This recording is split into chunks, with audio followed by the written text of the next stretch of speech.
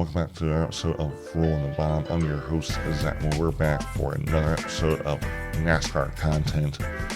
This is the final episode of the NASCAR preview show. To get you ready for the Daytona 500, we're going to go over the starting lineup, where people are starting, how I think the race will go, give you picks. We'll go over some practice stuff. We'll go over the stage lengths, so much more. Also, we'll go over some topics that I missed this past week. But first, the Xfinity Series race has been postponed to Monday at 11 a.m. Nothing stinks, but the weather is the big question. We don't know about tomorrow, either or Sunday. It's looking like it's going to rain most of the day. You know, hopefully there could be a break. We could see something happen where there's a big break in the weather, but you're going to need a big enough break where you can try to track and get 4 or 5 hours worth of racing in. We'll see. I definitely hope we can get it in tomorrow or something, because I feel terrible for those fans. And you're going to have your biggest crowd all year. You're going to have a bunch of celebrities, a lot of hype around this race, and it could all just go, downhill, and you're just going to lose all that excitement. Now, I'm not saying that the excitement won't be there for Monday. Just hopefully fans can show up in that race. But yeah, for Xfinity, they were able to get qualifying, which was really, really good, especially for those open cars that really were not going to have a chance. A lot of those teams want to spend all that money to come down here and not have a chance to qualify themselves in. David Starr was in the actual race, but I guess his car got disqualified, so he missed out. I forget the guy's name who got bumped in because of that. Definitely stinks for that team. But hopefully, it's President's Day, so it's a holiday, so we could see two great races on Monday. Could be good. But let's get into our first topic. First thing I want to get to is Kyle Larson has signed an endorsement deal with Drink Prime. It was started by KSI and Logan Paul. The brand has really been successful. They recently just signed Patrick Mahomes to a deal. Now you got Kyle Larson. This is great for NASCAR to get a massive, drink sponsor, being associated with probably one of your best drivers in the series. This is really cool. The other hydration beverage that's in NASCAR right now is, I guess you can look at Monster Energy, and you can also look at Body Armor. I guess Body Armor is more of a sports drink. I know Monster does have sports drinks. But this is great. It'll be cool to see. Maybe we'll see Logan Paul or KSI at a race. We'll see some more Prime promoting Kyle Larson more. Maybe we'll see a Prime ski, but this is really cool. Congrats to Kyle Larson. Next thing we're going to get into is Honda remains in talks with NASCAR about joining the sport. Looks like talks have been heating up. This could be big if NASCAR can land their OEM.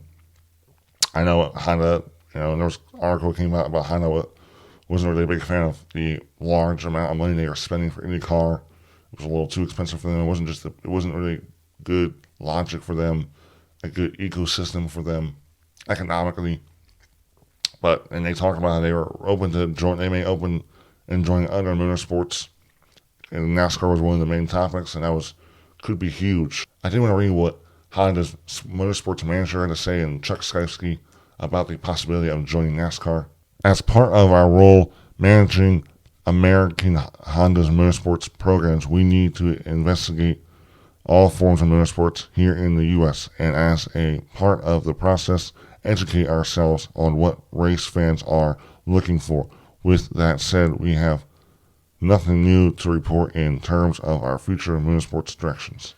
So there's nothing really there when it comes to anything that has to do with NASCAR, but they do talk about how they're really trying to open up their eyes to seeing, different opportunities in American motorsports, growing, it's all about growing the Honda brand in America, because they're not an American-based OEM manufacturer. They're not from America, right? I don't exactly know where they're exactly from. I'm not going to guess, because then it just sounds a bit stupid.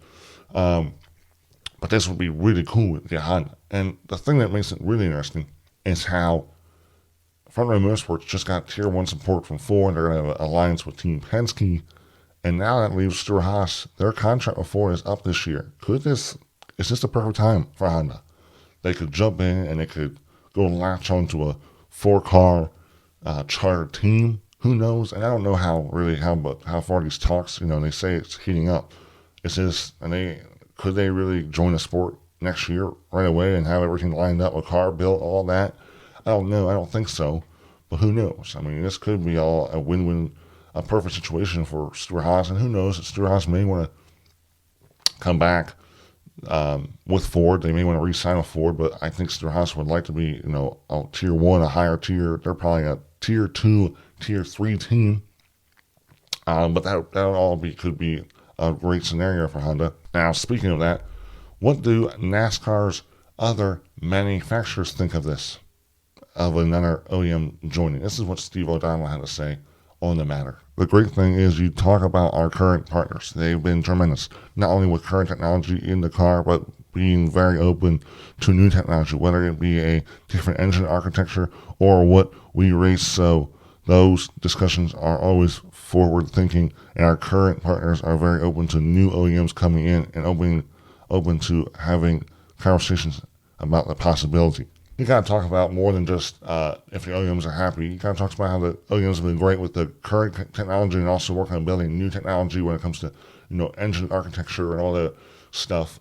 There was the whole talk about maybe going into hydrogen engines, different technology. Because I know NASCAR, they can't just be going with a simple combustion engine. I like combustion engine. I like power, motor, sound, right? And I think NASCAR they realize they gotta keep a lot of that stuff.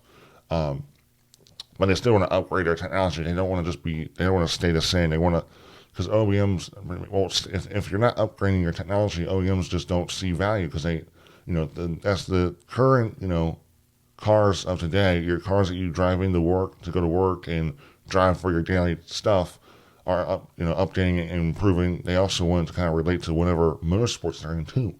And that's also, I think, why the OEMs would love to have another partner in, because it helps build the sport, grow the sport. Also, there's more competition. Hey, if a Chevy is beating a Honda on the racetrack, that could be, hey, that's a good way to advertise why your brand's better than the other. There's a lot of scenarios you can look at that and why another OEM is great. I know that Dodge has been in talks for many years, but who knows? Is this NASCAR's opportunity right here? Is this the closest NASCAR's been to a new OEM? We'll see. This is definitely going to be an ongoing story as it, if it continues to pick up heat, and who knows, do we get a new OEM going into next year or a year or two later? So it's time to break down the Daytona 500 starting lineup. So let's get rolling right into it. Row 1 will be Joey Logano and Michael McDowell. Row 2 will be Tyler Reddick and Christopher Bell. Row 3 will be Chase Elliott, Austin Cindric. Row 4 will be Alex Bowman and Denny Hamlin. Row 5 will be Carson Hocevar and John Henry Nemechek. Row 6 will be Eric Jones and Harrison Burton. Row 7 will be Daniel Suarez and Zane Smith. Row 8 will be Ty Gibbs and Brad Keselowski. Row 9 will be Kyle Larson and William Byron. Row 10 will be Christopher Buescher and Chase Briscoe. Row 11 will be Ross Chastain and Justin Haley. Row 12 will be Jimmy Johnson and Bubba Wallace. Row 13 will be Ryan Preece and Kaz Grala. Row 14 will be Martin Truex Jr. and AJ Allmendinger. Row 15 will be Corey LaJoie and Josh Berry. Row 16 will be Todd Gilliland and Ryan Blaney. Row 17 will be Austin Dillon and Kyle Busch. Row 18 will be Ricky Stenhouse Jr.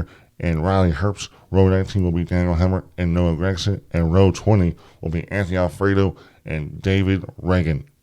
So there is your official Daytona 500 lineup. That's 40 cars right there. Joey Logano starting in the front row, Ford front row. First time Team Penske has won the pole for the 500. But there will be some changes. All Cup cars were good on the first or second attempt for pre-race inspection. Going to the rear to the backup cars will be Ryan Blaney, Kyle Busch, William Byron, Noah Gragson, Daniel Hemrick, and then Kaz Grala will go to the rear for an engine change prior to the duel. So some cars that were in there was the big wreck, the stage 2 wreck. The duel 2 wreck will be going to backup car. There's also a big wreck, a small wreck in stage 1 with Daniel Hemrick going into the wall. So some backup cars, so that definitely that'll definitely cycle a lot of those cars to the back. When I look at this race, I feel like all 40 cars are going to be contenders, right? And the way these races have been going is they've turned into like fuel mileage races at times. A lot of these teams are all waiting. Once they're all racing to their first pit stop. It's all about, hey, how much little fuel can I take, for this pit stop so I can get on track quicker, right? Save time. And tires won't be as big of a deal. They will have 8 sets, but I don't think tires will be, as big of a factor. The pit window will be for fuel will be about 40 laps. You'll probably expect to see teams working together, trying to get down and coming together and then work together. And that's kind of how it is with these races. I do think the race, the stage ends of the stage will be aggressive. There'll be pickup because there's still those points there, but I think it really will just depend. You may see cars that don't really want to race up front in the beginning, just want to sit in the back and just ride, ride in the back and then wait, closer to the end of the race to really make aggressiveness and be aggressive. But I think that's what you're going to see. We haven't seen as many wrecks, I felt like, in these races years past. We don't really see the big wrecking until near the end of the stage, but that could also change. There's always going to be a high chance near the end of the stages, which I said that could be a high chance for wrecking. I think, the Toyotas look fast. Danny Hamlin's car looks good. Kyle Larson's car looked good. The Fords look good as always. Like, everyone's a factor in this race. The way the stages are set is stage 1 is 65 laps, stage 2 is 65 laps, and then the last stage is 70 laps. So it should be exciting. We will see with the weather on how it'll play out. I would love to get in the Sunday. I know a lot of fans wouldn't really be able to stay. I don't know what their plans are. Hopefully a lot of them could stay. And that's definitely the fact that the rain is, kind of predictable. Maybe will allow fans to be able to come and kind of make plans with wherever they work, maybe, to be able to come in and race and watch the race on Monday. It could be a great opportunity for NASCAR. A President's Day, a holiday, some people are going to be off. Could work out great. But when it comes to the picks and who I'm going to go with, I'm going Justin Haley. And the thing about it is, to me, you could pick anyone and you have a chance. I think Justin Haley, he's a proven Super Freeway winner. He's won in the Xfinity Series with Colin Racing. He won in a Spire car a couple years ago into a rain-shortened race. So he's really good here. He knows how to draft.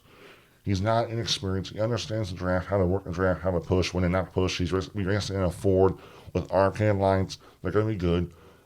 But I see he'll be a factor, but I don't see him being up front. I think it'll all just come down. If we get those cautions that eliminate contenders, you can see up there. But who knows, man? It's an unpredictable race, right? But that's what makes it exciting. But also, it still takes skill. It's not all about luck. Yes, you need luck. There could be a wreck that you get involved in and it had nothing to do with it. But that's the kind of racing we have here. But besides that, guys, I'm excited for this race. I took off work on Monday so I can watch this race because that's what I'm expecting. I would like it to be on Sunday, but I'm expecting 2 races on Monday, Xfinity Cup. But we'll see. Hopefully it gets on Sunday. Oh boy, I'm excited, dude. I can't not wait for this race. Hopefully you guys are able to tune in. Thank you guys for watching. I hope you guys enjoyed today's episode. Besides that, like and subscribe, and I'll see you in the next one. Bye, y'all.